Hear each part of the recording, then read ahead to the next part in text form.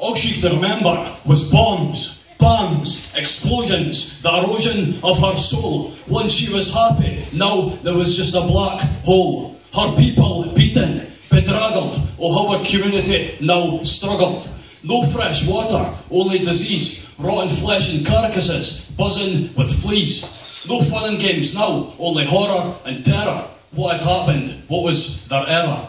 She remembered the time when they played in the street, her and her friends happy, kicking a ball with their feet. No anymore, because her friends' feet were gone, her legs blown off by an American bomb. The horrors she'd seen, a world so obscene.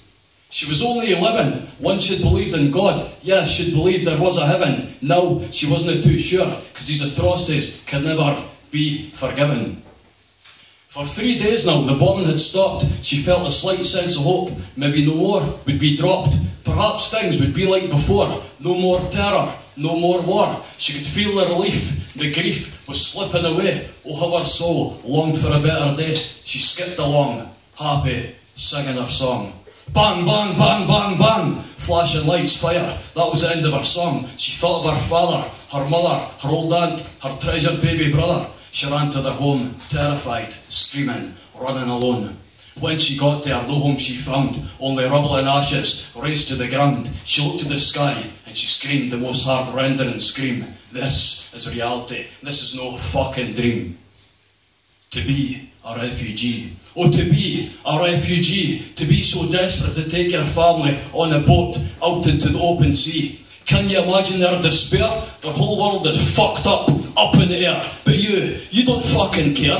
You say they're coming here to lounge. You say they're coming here to scrounge. Oh, charity starts at home. What about feeding our own? We can't even feed our own poor. What about our heroes from the war? Send the scrounging fuckers back. Half these cunts are IS and will only plot to attack.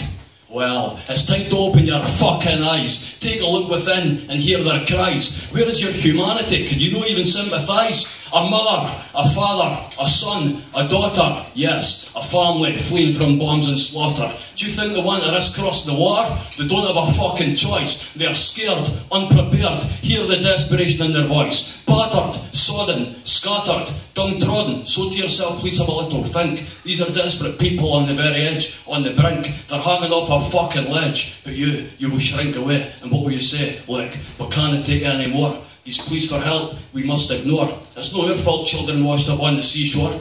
Their homes have been razed to the ground. Death and destruction's all around. Do you think it's all a big lie? Do you really expect them to stay there and die? So tonight when you're safe in your bed, hope you could have a wee think about what I've said. If you can't feel compassion, then I'm sorry, but your heart is fucking dead to be a refugee. Yeah.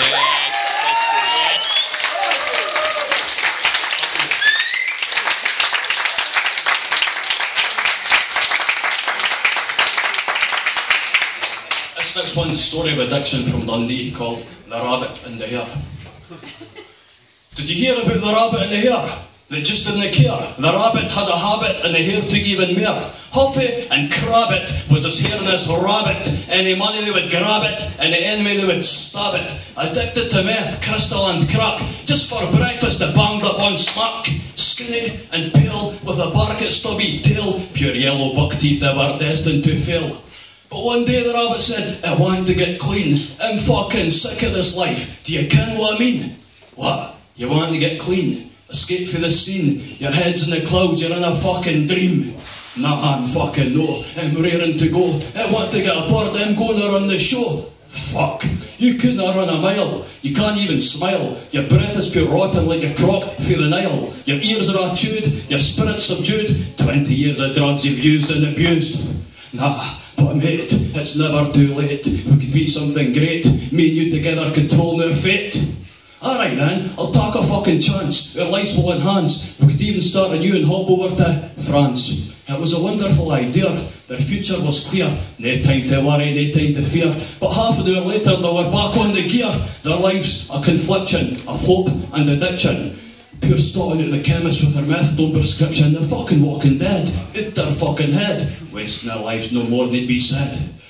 But the next day scream, this is it, I'm sick of this shit. We're pure rotten and stotting, your life's forgotten, chasing our hit. There's more to my life, I need to find a wife. I want to explain, I'm going to take a knife to my fucking vein. We're going cold turkey, get the shit out our brain. So for 5 nights and 5 days, we never parted ways. Bathing together in the withdrawed fucking days, with a shiver and a quiver, fucking jaundice for their livers. Tears, shit and piss, not a second was bliss. Surely this shit is the devil's fucking kiss. Then the 6th day, they sensed hope, a loosening of the rope, a sigh and a cry. They were free from the dope, but how long will it last? Because the spell has been cast, so will they fight for a bright future or resort to their past?